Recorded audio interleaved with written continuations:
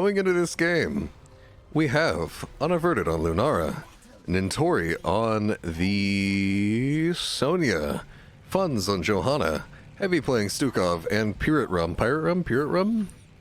I can't DM him, feels bad. PyratRum on the Sylvanas.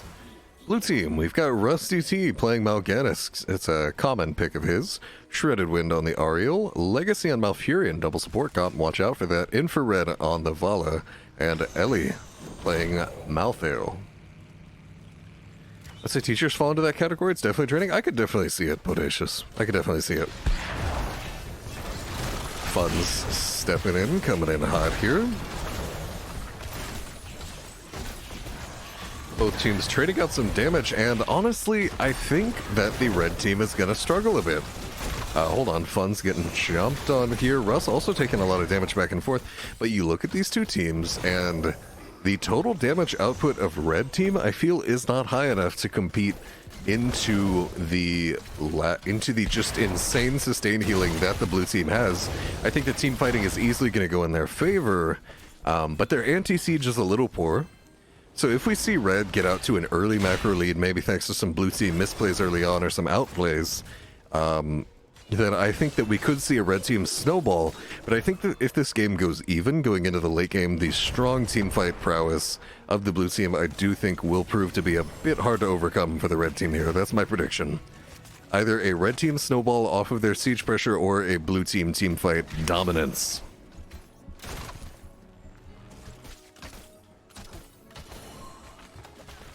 Sylv getting some push pressure in the top lane. I just had to deal with that last game, and it's something, let me tell you. Nintorii taking out the bruiser camps over on the right side. Unaverted actually swapping out to the bot lane to soak out for Sonya while she's over there. And should be able to bully Ellie pretty handily. Heading over to the Siege Giants now, getting started on that. Where's CPOG-X? CPX is currently not playing in this game. Not really sure where he is. He was in a game earlier, the first game that we casted. But casted? Not sure, but he hasn't been in since. Unaverted getting some really solid poke damage off on Russ right there. SHreddedWInd kind of somewhat awkwardly picking up the soak, and a slight experience lead so far for the red team. Again, they're looking to play to their win condition here. They know they can't beat the blue team through straight-up team fighting, and those macro advantages are how they have to get it done. Whip onto PyratRum. funz getting jumped out. Iron's getting popped. A lot of damage going on to Legacy in that background. Unaverted diving for it. Good target focus, but not quite able to finish him off. Again, look for the superior healing of the blue team to shine once again, over and over and over again. And the experience differential has equaled out here. Ellie and Nintorii duking it out right now. I don't think Malthael wins this one, but so few members of the two teams are showing up to help out. Nintorii possibly getting caught out. That's 12 gems on top of him. And RussDT, rather than getting too caught up in defending them, instead decides to let the red team have them, backs off, and is happy with what they got out of that. Slight gem lead for the blue team here as they all get caught by the Sentinel Wisp. Red team knows exactly where they are, which is part of the reason why PyratRum feels so comfortable pushing out this top lane. Somewhere shirtless, yep. RussDT hopping onto PyratRum here. Root combo onto him as well. Does pull off the Shadow Wave though, only dropping to about half health. Blue team looking to get the first web weavers of the game here. Blinding Light interrupting SHreddedWInd, who gets right back onto the cast. Condemned surely to follow. Hold on a second. funz getting put to sleep.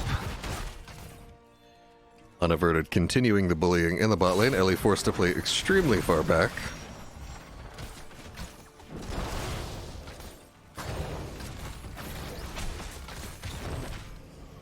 Blue team right now, ahead in mid lane, behind in top lane.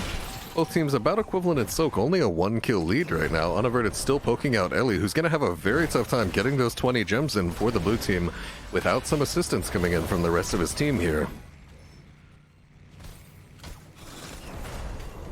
SHreddedWInd again constantly pressuring, trying to get these 24 gems out. Also getting some stacks on that Detainment Strike quest at level 4. A root lands on the Hebi in the background. Iron Skin forced out from funz. And the bullying from Unaverted onto Ellie never stops. Nintorii taking over the bot lane soak duties for a moment there. funz dropping very low in the top lane. And Unaverted has rotated onto the scene. SHreddedWInd dropping low in the background. Russ putting Lunara to sleep.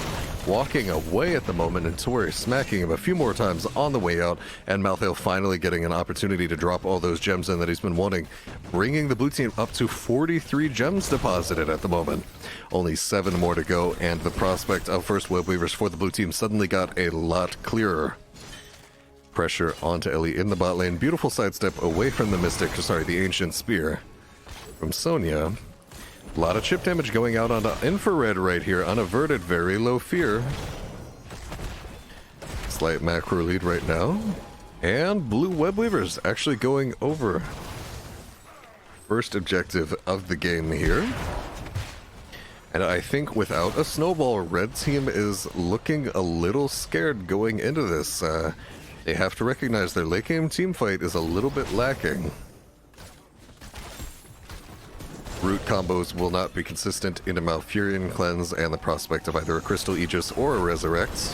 Individual picks are not the way to go. They need to either decisively win a team fight or push, and red team is not setting up for either of those at the moment. With that being said, this will definitely not get a fort here in the mid lane. Ellie and nintorii duking it out. No fort either in the bot lane, but I still believe that a neutral objective, really, that doesn't get too much, is still in favor of the blue team here. Anything that buys them time towards that late game when they can count on getting those 5-on-5 team fights where they're so advantaged does work out in favor of the blue team. I'll show talents once they lock into level 10 here, chasing the flow. I got you. RussDT stepping forward, takes a shot from that fort. Blessed Shield onto SHreddedWInd, Nature's Cure coming out.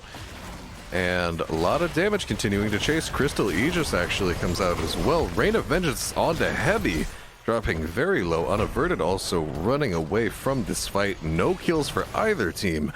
And we're going to see red web weavers thanks to nintorii's Sonya turn in the bottom lane. Oh, hold on. Let me go ahead and change to the HOTS corner cam. And you'll be able to see all talents here. I keep forgetting that, I'm sorry.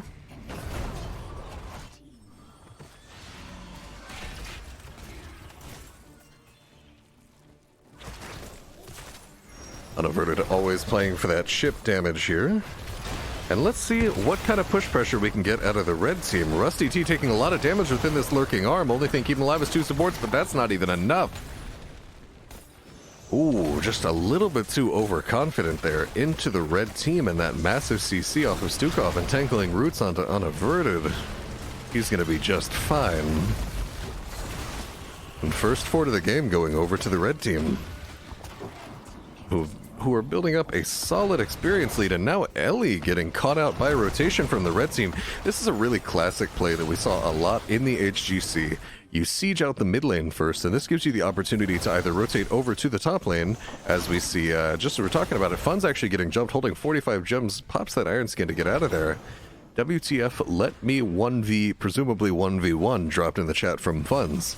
But this is a very common play we saw a lot in the HGC. Push the mid lane first, leaving you open to pursuing other options in other lanes. RussDT taking a lot of damage. Blue team has shown up to save the day, however. Red team very late on this capture. Causes Hebi to get stunned as he steps up for the Bruiser Camp. Now he's in an awkward spot. PyratRum getting jumped on by Russ, who's taking a lot of damage. Carrion Swarm does get pulled off before he dies. But mid lane, after you push through that mid fort, you have the option to either come through this hallway towards the bottom lane for the gank on the solo laner, or simply rotate over to the top lane. If you do pull off the gank on the solo laner, very often you are looking at the prospect of a Bruiser Camp invade. A Bruiser Camp invade means you're very likely to secure the next capture, because now you have very easy lane control, and once again, a second consecutive capture, and this may indeed be the red lane push, or the red team push snowball that we're talking about here. Only 3 kills happening in this game, but already 2 forts down.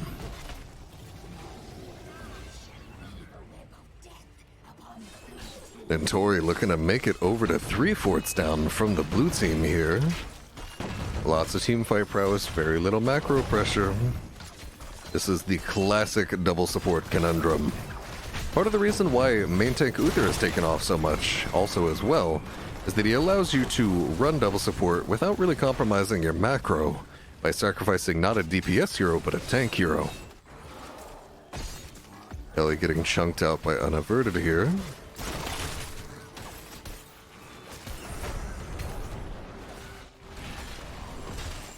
RussDT once again standing in the middle of the red team. He's got to be worried about that lurking arm, as we've already seen give him a lot of trouble this game. Nintorii just absolutely Beyblading on top of the enemy team.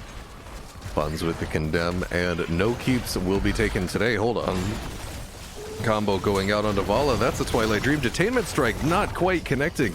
It's about as thin as paper, and SHreddedWInd does not have his paper right. Funz, ooh, very deep in, has to pop Blessed Shield on the escape, but still getting chased out. Rain of Vengeance, and this will be a dead Crusader. Zakarum was not able to save her here, and Unaverted now caught out a bit, but he's got Leaving Strike, and it's very hard to catch the bounce deer. Ellie clearing out the bot lane. Full level lead in favor of the red team right now. Lots of gems being held by the blue team, however. And they certainly want to get that turn in before level 16 for the red team. That may pose, if red team gets level 16, that may pose too long of a time before they're able to successfully get that turn in off. But they get it right here as they pressure Nintorii. A blue web waver is going to push out, giving the opportunity to equalize the experience differential. Hold on, Nintorii getting jumped on. CC does land on top of him. But with that Wrath of the Berserker, it's hard to get him down. Hebi dropped by last rites. Nintorii hits by entangling roots, fell claws under the fort. No kills there.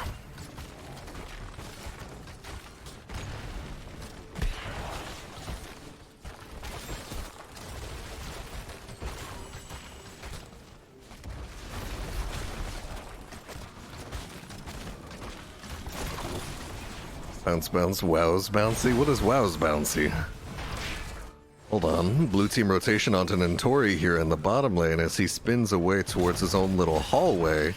Ooh, a well-timed Ancient Spear to buy himself a little bit of escape time and some energy.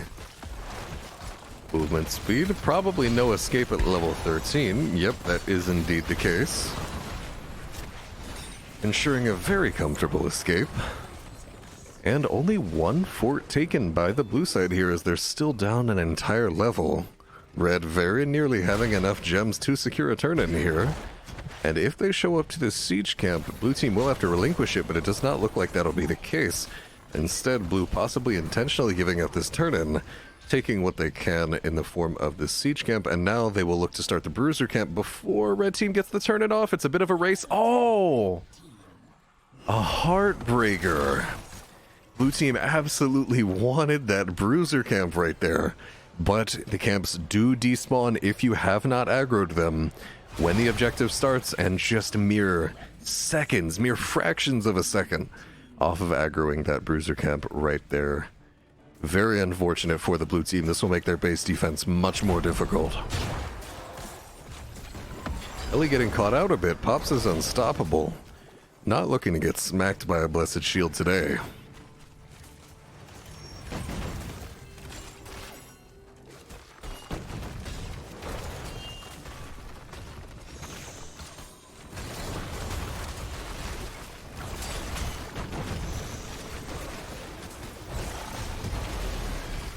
Keep is dropping very low. Push pressure is proving rather insurmountable for the blue team. And the red team is sticking to the script. Very little fighting. Very little 5v5ing. It's all about the push game. RussDT getting caught out. Lurking arm, Blessed Shield. He can't cast anything. Never mind. Oh, Carrion Swarm actually interrupted by a very beautifully well-timed Wailing Arrow from PyratRum. Good discipline from PyratRum there to hold his ultimate as long as possible, ensuring that it would be used to stop Mal'Ganis from surviving. Legacy dropping very low. Aegis may have been his death sentence. He's actually going to be okay. Ellie very deep in there. No last rites to finish off the Johanna, however. Hold on a second. PyratRum is going in. I'm not really sure what that was about at all. Perhaps a misclick or just a desperation play there. Thought they could get a dive kill. Didn't quite work out, however. Ellie duking it out with Nintorii right here on the capture point, not willing to cede it yet, knowing that the red team is down 2 players at the moment. They cannot stick around for extended periods of time. Rather than continue the chase, however, blue team has backed off towards Lunara and towards their bruiser camp.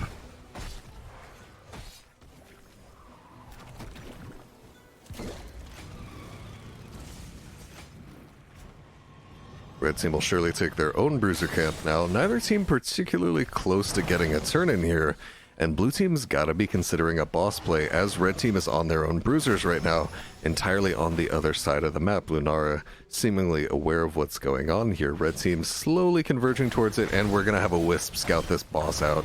Red team should be able to come there within time. Nintorii now finishing up on the bruiser camp. Sylvanas actually only making her way from the base right now. And again, like I said, double support thrives in these 5-on-5 situations. Red team smartly deciding not to take the fight.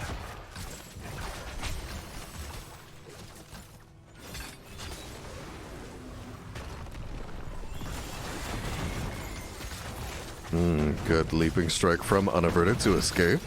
And hold on a second. Johanna, no iron skin. Fell Claws is just barely not there from RussDT to secure the kill. And that'll be a top fort down for the red team. Blue team continuing the siege, but boss isn't that high. Rain of Vengeance onto Sonya, detainment strike as well.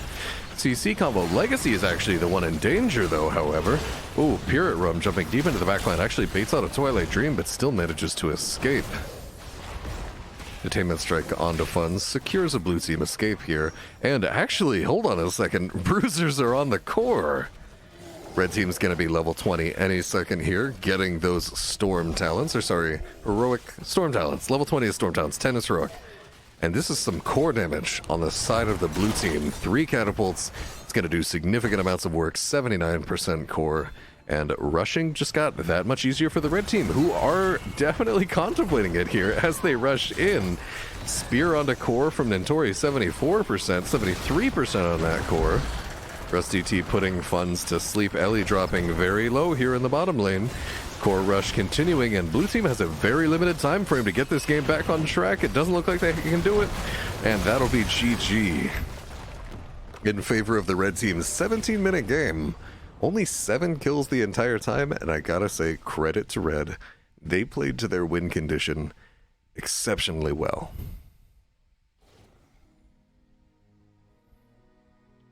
They knew that if this game was about 5-on-5 team fights on equal ground, they would not win it. Every fight that they took, every area that they took was with discipline, was off of a push where they could abuse the fact that they had the double range DPS, that they had this push pressure, that they had black arrows from Sylvanas. Rather than getting baited into a fight in the top boss, which would have surely opened up the game for a possible end for the blue team, just taking it smartly, limiting their aggression, timing it with their pushes. Well done.